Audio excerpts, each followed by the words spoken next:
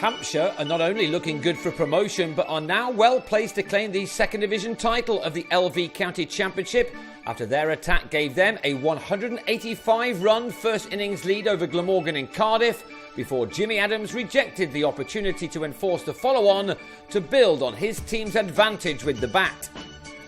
Hampshire had been dismissed for 357 on day one, and their attack soon had Glamorgan in trouble after Matt Coles bowled Will Bragg with his third delivery of the match. The next hour or so belonged to the home team, however. Hampshire's first thought to try to get the 9 wickets to give them 3 bowling bonus points to add to the 4 they accrued with the bat thanks to hundreds from James Vince and Sean Irvine. Jacques Rudolph and Mark Wallace, who's gone through yet another season playing in every game, took the total to 50. Indeed, this was the keeper's 215th consecutive championship match.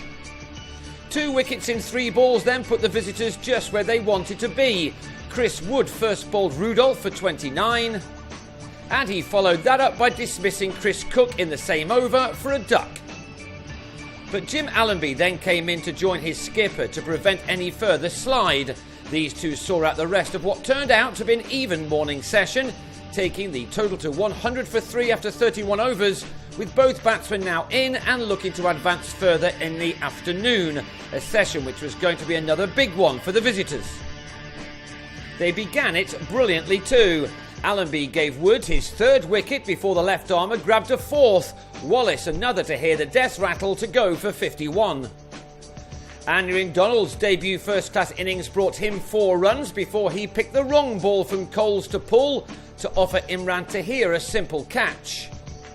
112 for 3 just after lunch became 139 for 7 in 9 overs when David Lloyd was another to be out pulling, a much better connection still finding Tom Alsop in the deep. It was 152 for 8 with Hampshire well on top when Tahir had Dean Koska LBW for 4, and the leg spinner then produced a googly to bowl Graham Wagg for 23. 7 wickets had fallen in 19 overs when last man Michael Hogan was held above his head in the slips by Irvine off James Tomlinson as Glamorgan stumbled to 172 all out.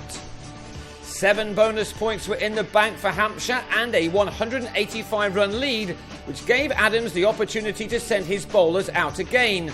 Instead, he decided to bat through the final session, another excellent one for Hampshire, who by the end of it had all but batted Glamorgan out of this game with 2 days of it still to go.